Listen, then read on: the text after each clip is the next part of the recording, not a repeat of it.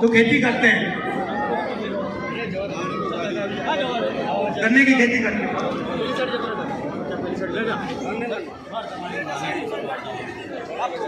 ठीक है, गुजराती में बोल लेना, मैं भी थोड़ी सीख लूंगा। तो अच्छा, थोड़ा शांत हो जाए, शांत हो जाए। आज सुबह मेरे पास गुजरात के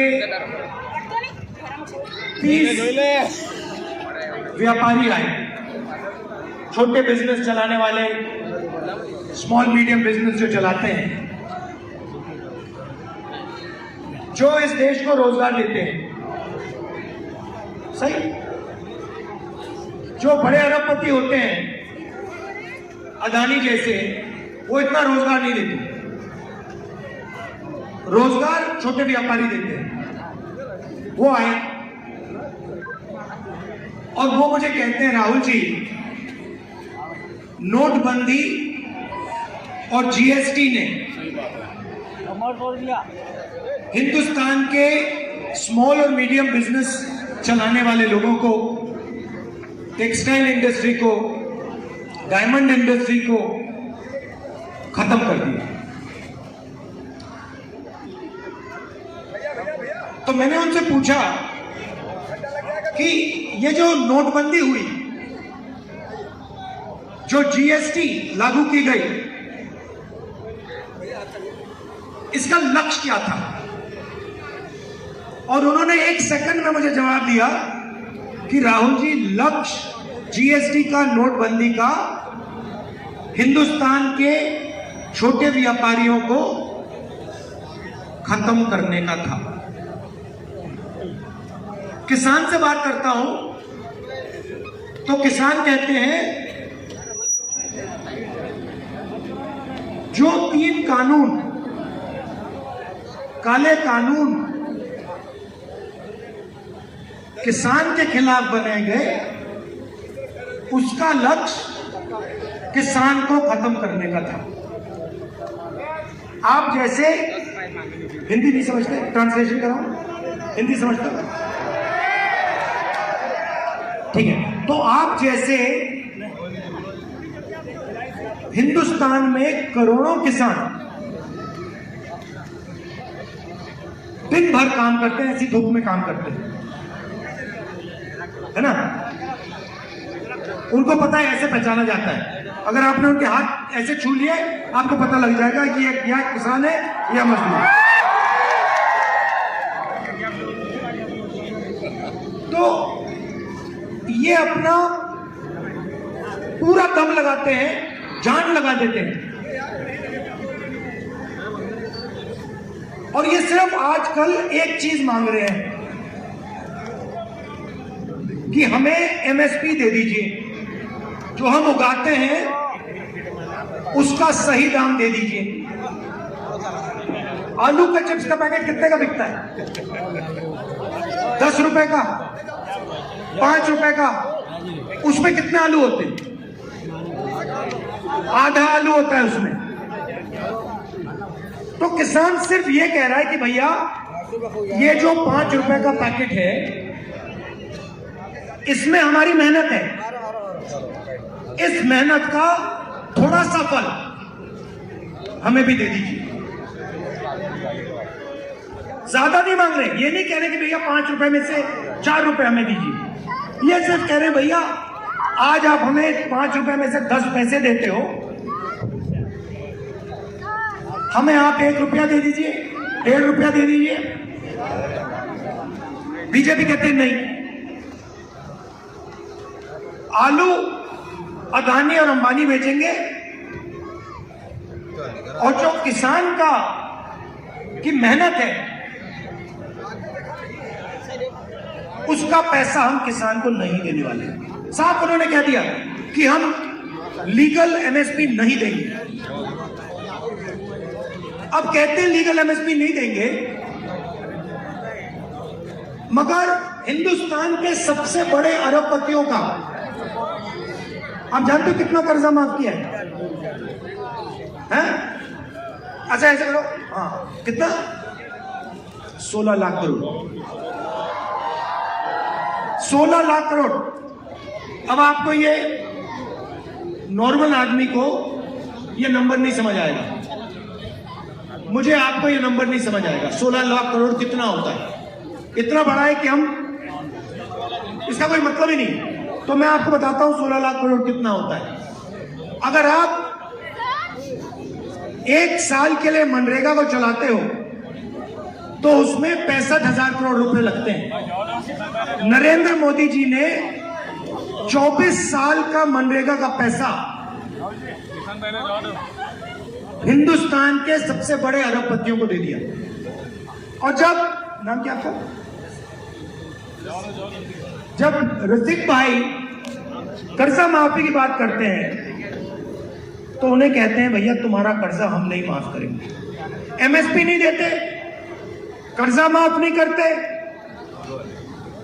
बीमा योजना का पैसा नहीं देते, और जब इनको माल बेचने का टाइम आता है तो एक्सपोर्ट इंपोर्ट पॉलिसी को बदल के इनके माल को मतलब पैसों पे लिया जाता है। तो छोटे व्यापारी रो रहे हैं, किसान रो रहे हैं, युवाओं को रोजगार नहीं मिल रहा। मजे कौन ले रहा है?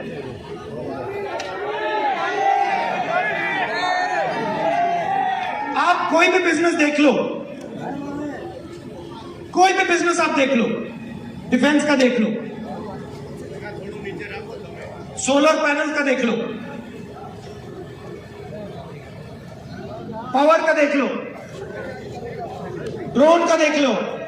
अरे भाई जोर से बोलो, ड्रोन का देखो, अदानी, जहां भी आप देखो इस देश में आपको अदानी दिखेगा।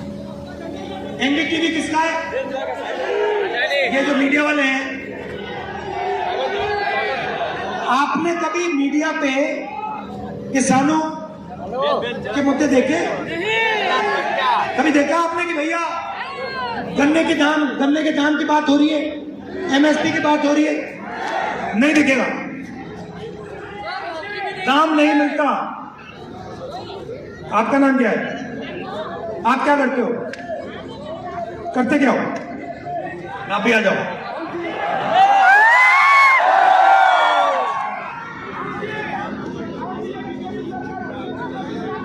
अभी मैं कर रही हूं, मैं आ रहा हूं, यहीं आ रहा हूं, बैठिए बैठिए, यहां जाइए। अब मैं आपसे पूछता हूं, हिंदुस्तान में पिछड़े वर्ग के कितने लोग हैं? बहुत सारे नहीं, कितने प्रतिशत? इधर आ जाओ भाई, फिर मत जाना, फिर प्राइवेट अस्पताल में जाना पड़ेगा, फिर होंगे तो प्राइवेट अस्पताल में जाना पड़ेगा, फिर लाखों रुपए लग जाएंगे, वो भी अदानी के जेब में जाएगा। तो पिछड़े वर्ग के कितने लोग हैं हिंदुस्तान में? 50%। आपको ये मालूम होना चाहिए। 50%। आदिवासी कितने? 15%। 8%। दलित कितने? 15%। सब मिलाए तो कितने? 73। हेलो 73%। ठीक है, 73% में 73% आबादी में से मीडिया के मालिक कितने? एक भी नहीं, 0। हिंदुस्तान के 200 सबसे बड़े बिजनेस की लिस्ट निकालो, उनके मालिकों की लिस्ट निकालो, उनके सीनियर मैनेजमेंट की लिस्ट निकालो, उसमें से 73% के कितने? 0। दिल्ली को 90 ब्यूरोक्रेट चलाते हैं, आईएएस अफसर हैं, बजट बांटते हैं, सड़क का पैसा, रेलवेज, डिफेंस का पैसा, सब ये बांटते हैं। 90 में से आदिवासी कितने? 0। एक बैठा रखा है कोने में और उसको कह रखा है तू ज्यादा मत बोल, कोने में बैठ। 100 रुपए खर्च होते हैं बजट में, तो आदिवासी अफसर कितने रुपए का निर्णय लेता है? 10 पैसे नहीं, 10 पैसे का। आपकी भागीदारी 8%, सॉरी, आपकी आबादी 8%, आपकी भागीदारी 100 रुपए में से 10 पैसे, 8 में कम से कम होनी चाहिए, मगर है 10 पैसे। पिछड़ा वर्ग 50% है, 90 में से उसके कितने अफसर? 3। उनकी भागीदारी कितनी? 50% आबादी है, भागीदारी कितनी? 5%। 73% को पूरे को मिला दो, बजट का 6% का निर्णय लेते हो। 6% का हिंदुस्तान की सरकार खर्च करती है पैसा, तो दलित, आदिवासी, पिछड़े 6 रुपए का निर्णय लेते हैं। भाइयों और बहनों, हिंदुस्तान में आपकी भागीदारी है ही नहीं। सही बात। आपका बेवकूफ बनाया जा रहा है, और बेवकूफ कैसे बनाया जा रहा है मैं आपको दिखाता हूं। भैया जरा यहां खड़े होंगे आप?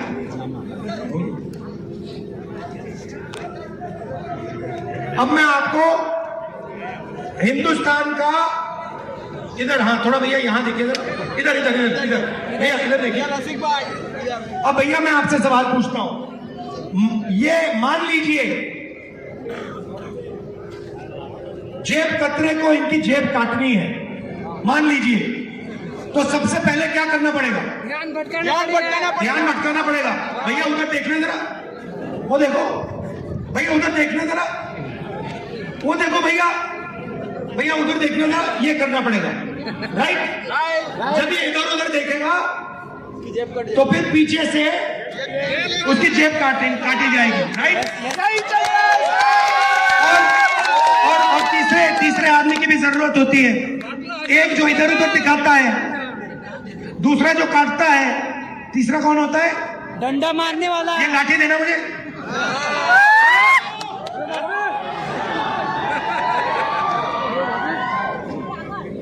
ये झंडा उतार दो इससे भी।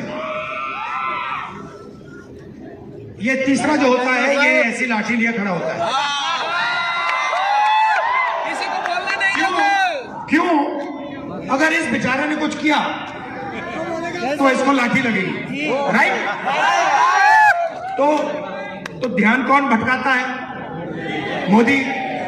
देखो भैया, सी प्लेन की ओर देखो, देखो भैया, देखो भैया, मैं समुद्र के नीचे चला गया। देखो भैया, वो चाइना की ओर देखो, देखो भैया, पाकिस्तान की ओर देखो, देखो भैया, थाली बजाओ, मोबाइल फोन चलाओ, ये इनका काम है। दिया जलाओ। पीछे से अदानी जी आते हैं, पता भी नहीं लगता, आप उधर ऊपर ऐसे देखते हो, वो पीछे से ठक जीएसटी का पैसा गायब हो जाता है। और साइड में Amit Shah, CBI, ED, income tax department लिए देखते रहते हैं। और नुकसान किसका होता है? नुकसान किसका होता है? आपका होता है। तो अब आप मुझसे कहोगे भैया रास्ता कहां है? आप कहोगे भैया आपने किसान की बात कर दी, रास्ता नहीं दिया। आपने रोजगार की बात की, रास्ता नहीं दिया। मैं आपको रास्ता देने आया हूं। सबसे पहले 2 काम करने हैं। पहला काम, जाति जनगणना। इससे हिंदुस्तान के हर नागरिक को यह पता लग जाएगा कि इस देश में पिछड़े कितने हैं, गरीब जनरल कास्ट के कितने हैं, आदिवासी कितने हैं, सब कुछ पता लग जाएगा। और उसके बाद आर्थिक सर्वे, मतलब इनको पता लग जाएगा कि हिंदुस्तान का जो धन है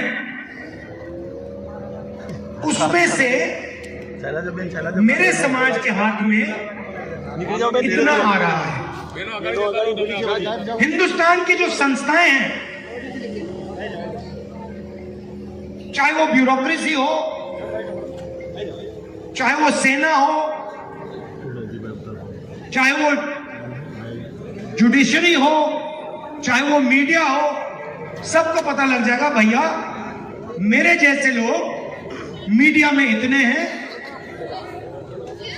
सबसे 200 बड़ी कंपनी में पिछड़े इतने हैं, दलित इतने हैं, आदिवासी इतने हैं, दूध का दूध पानी का पानी हो जाएगा, आपको सब पता लग जाएगा।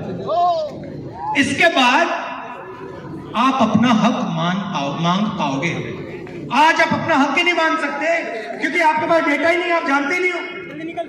आपको ये नहीं मालूम, मैंने आपसे पूछा आदिवासी कितने आपको नहीं मालूम, दलित कितने आपको नहीं मालूम, मीडिया में कितने आपको नहीं मालूम। हाई कोर्ट में 650 जज हैं, हिंदुस्तान के सब हाई कोर्ट्स में। आदिवासी कितने हैं मालूम नहीं आपको, आपको मालूम ही नहीं, किसी को मालूम नहीं, वो आपको बताना नहीं चाहते। अदानी आपको बताना नहीं चाहता। जो सच्चाई मैं आपको बताता हूं कि हिंदुस्तान में 22 ऐसे लोग हैं जिनके पास हिंदुस्तान के 70 करोड़ लोगों जितना पैसा है, जितना 50% पॉपुलेशन के पास पैसा है। इनको मिला दो, आप सबको मिला दो, 70 करोड़ लोगों को इस साइड खड़ा करो, उतना ही पैसा 22 लोगों के पास है। 22 लोगों के पास इस जीप पे खड़े हो जाएंगे। एक तरफ 70 करोड़ किसान, मजदूर, बेरोजगार युवा, और दूसरे तरफ ये 22 लोग। कर्जा माफ किसका होता है? 22 का। 16 लाख करोड़ रुपए उनका माफ होता है। फसल बीज बीमा योजना का पैसा कहां जाता है? उनके पास जाता है। पब्लिक सेक्टर को प्राइवेटाइज करते हैं, कहां जाता है? उनके पास जाता है। तो जाति जनगणना से, इकोनॉमिक सर्वे से ये साफ हो जाएगा, आपको पता लग जाएगा भैया ये 22 लोग हैं। आपने ये शर्ट खरीदी, कितने की खरीदी? 200 की। इसमें आपने जीएसटी कितनी लगाई? देखो, शर्ट खरीद ली, जीएसटी नहीं मालूम। अच्छा एक बात बताओ, अगर यही शर्ट गौतम अदानी खरीदता तो वो आपसे ज्यादा जीएसटी देता या आपसे कम? मालूम नहीं आपको? आप कौन सी दुनिया में भाई? कम नहीं, ज्यादा नहीं, जितनी आप देते हो उतनी जीएसटी वो देता। मगर आपकी आमदनी क्या है? आपकी आमदनी क्या है? महीने का कमाई मान लो इनकी 5,000, 28% जीएसटी इन्होंने दी, और उसकी लाखों करोड़ रुपए की आमदनी है, वो भी उतना ही दे रहा है। अगर अंबानी यही शर्ट खरीदे तो जितनी जीएसटी मेरे भाई ने दी है उतनी जीएसटी वो देगा।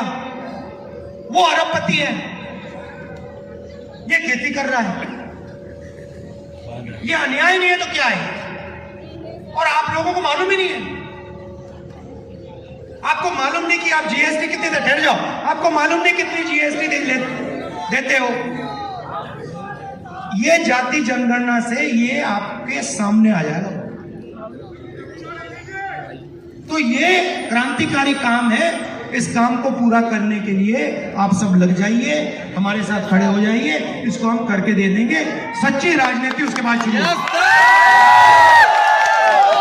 पहले क्या होता था? ये मेरे भाई हैं, ये खेती करते थे, अब ये चाहते, ठहर जाइए भैया, अब ये इनको लगता था और शायद लगता है कि हिंदुस्तान में खेती में फ्यूचर नहीं। सही? इनको लगता है आज भी लगता है, पहले भी लगता था कि भाई हिंदुस्तान में खेती में फ्यूचर नहीं है। तो इनके रास्ते कौन से थे? एक रास्ता था सेना, राइट? ये कहते थे, अपने बेटे से कहते थे, देखो जाके आर्मी में जाओ, पेंशन मिलेगी, इज्जत मिलेगी, रिस्पेक्ट मिलेगी, और देश के लिए तुम जाके सेवा करोगे। रास्ता बंद कर दिया, अग्निवीर लागू कर दिया। अब कहते हैं, अब अगर ये अपने बेटे को आर्मी में भेजना चाहते हैं तो हिंदुस्तान की सरकार इनसे कहती है, देखो तुम्हारे बेटे को हम 4 साल के लिए रखेंगे, उसके बाद उसको उठा के बाहर फेंक देंगे। उसको चाइना बॉर्डर पे 6 महीने ट्रेनिंग देके खड़ा कर देंगे। चाइना के सैनिक की 3-4 साल की ट्रेनिंग होगी, इसकी ट्रेनिंग 6 महीने की, उसकी ट्रेनिंग 3-4 साल की। और फिर कहते हैं, भैया देखो आप अग्निवीर हो, अगर शहीद हो गए तो तुम्हें शहीद का दर्जा भी नहीं मिलेगा। कौन लड़ेगा? कौन जाके लड़ेगा? पहले आर्मी के जो सेंटर होते थे भरे होते थे, लाइन लगी रहती थी। आप जाके देखिए आज खाली है, कोई अग्निवीर नहीं बनना चाहता, तो वो रास्ता भी बंद कर दिया। दूसरा रास्ता पब्लिक सेक्टर का था, BHEL, HAL, वहां पे आपके बेटे जा सकते हैं। बेच दिया। किसको बेचा? उन्हीं 22 लोगों को, उन्हीं 22 को। पहले हथियार पब्लिक सेक्टर बनाती थी। नैट एयरक्राफ्ट का नाम सुना होगा आपने, पाकिस्तान के खिलाफ जब लड़ाई हुई थी उसने लिटा दिया था उनको, वो HAL ने बनाया था। उनसे सारे के सारे कॉन्ट्रैक्ट लेकर वो उन्हीं 22 लोगों को दे रहे, अदानी डिफेंस, रिलायंस डिफेंस, उन सबको दे रहे। और जहां भी आप देखोगे, अगर आप छोटे व्यापारी हो, मजदूर हो, किसान हो, आपके सारे रास्ते एक के बाद एक बंद हो रहे हैं। पहले पब्लिक स्कूल हुआ करते थे, पब्लिक अस्पताल हुआ करते थे। आज अगर आपको चोट लगे, लाखों रुपए निकालो, उन्हीं 22 लोगों के पास जाएंगे। बच्चों की शिक्षा करवानी है, प्राइवेट कॉलेज यूनिवर्सिटी में जाओ, मालिकों के नाम देखो, वही 22 लोग हैं। तो ये मैं आपसे कहना चाह रहा था कि आपको अपने हक की लड़ाई लड़नी है। सर अच्छा, इस साइड में देखो।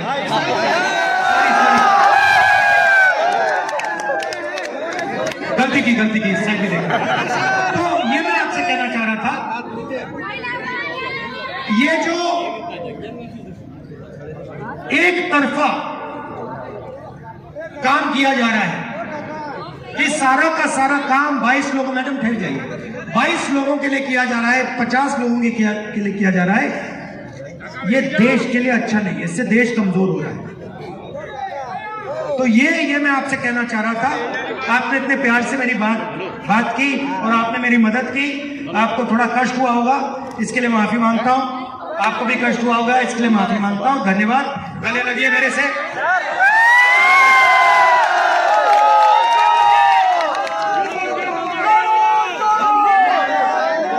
धन्यवाद।